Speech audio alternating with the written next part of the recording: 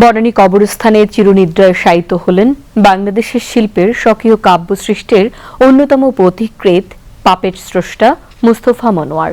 এর আগে ঢাকা বিশ্ববিদ্যালয় কেন্দ্রীয় জামে মসজিদে দ্বিতীয় জানাজা অনুষ্ঠিত হয়। পরে তার মরদেহ নেওয়া হয় তার চিরচেনা চারুকলা প্রাঙ্গণে।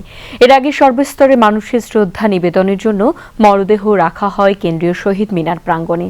সেখানে বরেণ্য এই শিল্পীর প্রতি শ্রদ্ধা জানায় দেশের আপামর জনতা। সেই সাথে গার্ড অব অনারের মধ্য দিয়ে রাষ্ট্রীয় সর্বোচ্চ সম্মান জানানো হয়। বিস্তারিত ইমরানুজ্জামানের প্রতিবেদনে। বনানী কবরস্থানে চিরনিদ্রায় শায়িত হলেন বাংলাদেশের শিল্পের স্বকীয় কাব্য সৃষ্টির অন্যতম পথিকৃৎ পাপেট স্রষ্টা মুস্তফা মনোয়ার।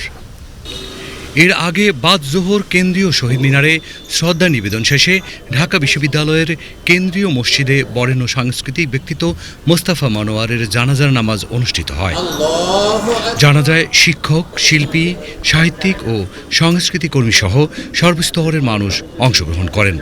পরে শেষবারের মতো শ্রদ্ধা জানাতে মুস্তফা মনোয়ারের মরদেহ ঢাকা বিশ্ববিদ্যালয়ের চারুকলা অনুষদ প্রাঙ্গণে আনা হলে ঢাকা বিশ্ববিদ্যালয়ের ভাস্কর্য বিভাগ, চারুকলা অনুষদ, জগন্নাথ বিশ্ববিদ্যালয়ের চারুকলা অনুষদ, বেঙ্গল ফাউন্ডেশন সহ বিভিন্ন সামাজিক, সাংস্কৃতিক ও পেশাজীবী সংগঠনের পক্ষ থেকে ফুলেল শ্রদ্ধা জানানো হয়।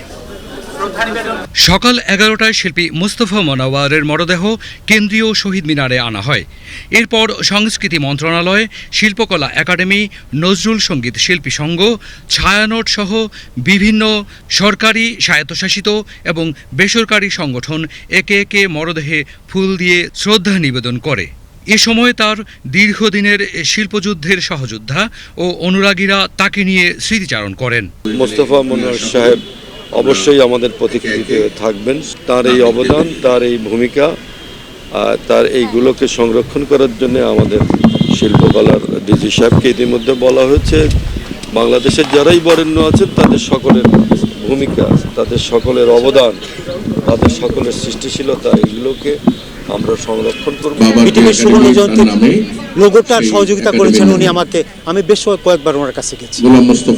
মানে ওনার বিষয় বলে শেষ করা যাবে না। উনি কিন্তু ড্রয়িংয়ে খুব পারদর্শী ছিল। তার যে কার্টুন ড্রয়িং আমি দেখি নাই বাংলাদেশে কেউ করতে পারবে। এই যে টেলিভিশনের একটা রূপ চেঞ্জ করা, মডার্ন করা, তারপরে অ্যাস্থেটিক্স বাড়ানো, এটা ওনার একমাত্র কাজ। বাংলাদেশে অনেক কিছুই তিনি আরম্ভ করেন, যেমন টেলিভিশনের ক্ষেত্রে, যেমন বেতারের ক্ষেত্রে। তার মধ্যে অন্যতম হলো বাংলাদেশের আধুনিক পাপেট শো এর ক্ষেত্রে, আধুনিক পাপেট প্রদর্শনীর ক্ষেত্রে তাকে জনক বলা হয়। সেই মুস্তফা মনোয়ার পাপেট শোকে এমনভাবে ছড়িয়ে দিলেন, শিশু থেকে আরম্ভ করে বৃদ্ধ পর্যন্ত তাদের বিশেষ ভালোবাসা জানাতে অনেকগুলো চিন্তা ভাবনার খোরাক তৈরি করতেন। তাদেরকে অসম্ভব সুন্দর গান করতেন তিনি।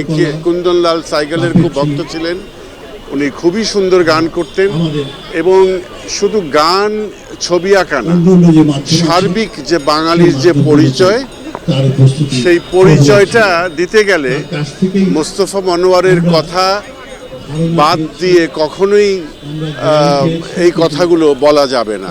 শিল্পীর এই অনন্তের যাত্রায় কেন্দ্রীয় শহীদ মিনারের পাদদেশে জাতীয় পতাকা আচ্ছাদিত করে রাষ্ট্রের পক্ষ থেকে সশস্ত্র কুচকাওয়াজের মাধ্যমে রাষ্ট্রীয় সর্বোচ্চ সম্মান জানানো হয়।